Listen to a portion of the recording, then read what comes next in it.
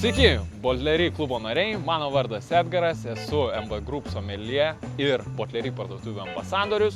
Šalia save šiandien turiu mano gerą bičiulį Rapolą Vareiką, geriausią barmeną Lietuvoje. Ir šiandieną mes gaminsime tradicinį nealkoholinį kalėdinį vyną.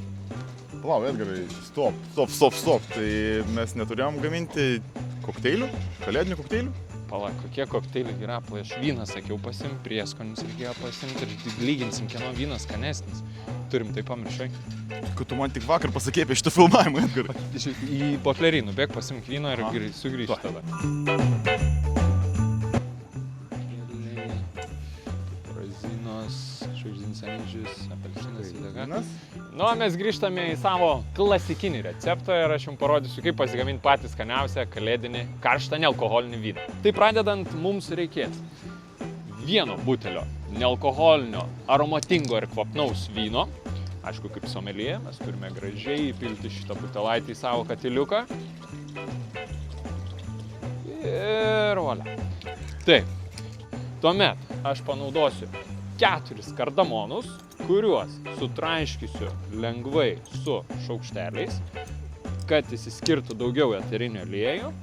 Taip kardamonas išleis daugiau aromato, jūsų vynas įgaus malonų, tokį kalėdinį prieskoningumą. Tada aš turiu panaudoti 8 gvazdikėlius, svarbu jų nepadauginti, nes jie suteiks nemalonaus kartumo.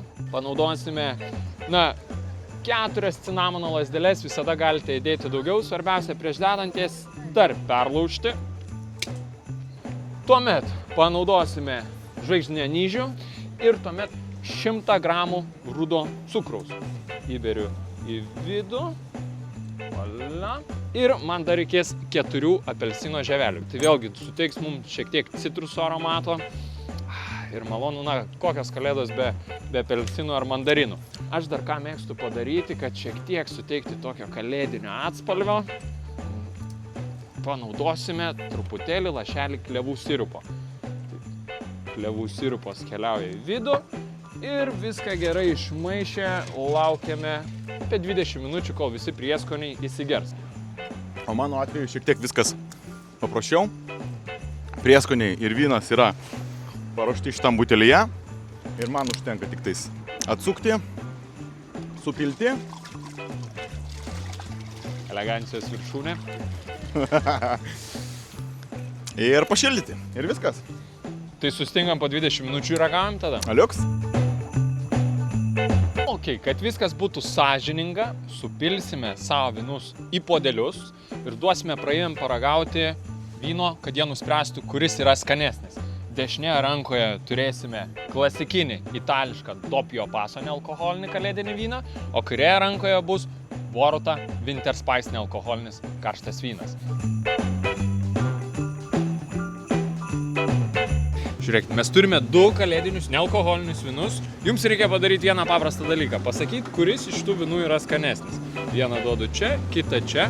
Man buvo pirmas skanesnis. Pirmas skanesnis. Man antras, bet šiaip abu labai skanus. Žiauriai skanu. Oi, kaip gardu. O dabar apkeiskime šitos vynus ir paragaukite taip. Taip pat gardu. Labai skanu. Labai skanu. Kuris skanesnis? Aš tai negalėčiau užstikti nei vieno, nes abu labai skanus. Nu, skanu. Skanu, Kaip kaip šitas, kompotas. pasakykit kaip šitas. Šitas geresnis. Šitas geresnis. Gerai, ir laimėjo Borutos Winter Spice.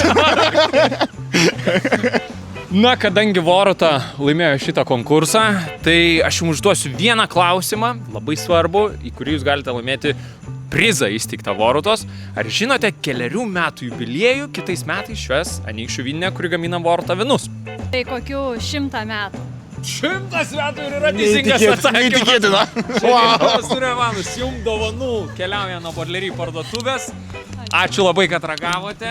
O mes norime padėkoti visiems, kas darote kalėdinius vynus. Nesvarbu, ar tai tradiciniai, itališki, nealkoholiniai, ar lietuviški, mūsų paveldas, pasididžiavimas. Visiems smagių švenčių ir skanių kalėdų. Iki.